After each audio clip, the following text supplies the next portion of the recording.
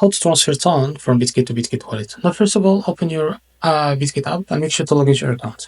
Now, tap on Assets, and as you can see here from the top bar, select the spot. And now tap on Withdraw, and from the search bar, just type TON.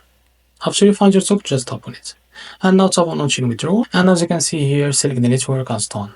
There is only one.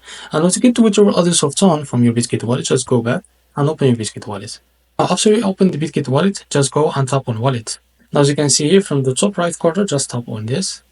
And now search for TON. And as you can see, select your token. In this way, it will be TON. Now, after that, to get to withdraw others, just tap on Receive. And as you can see here, just copy the withdraw others from here. And now go back to your Bitget app.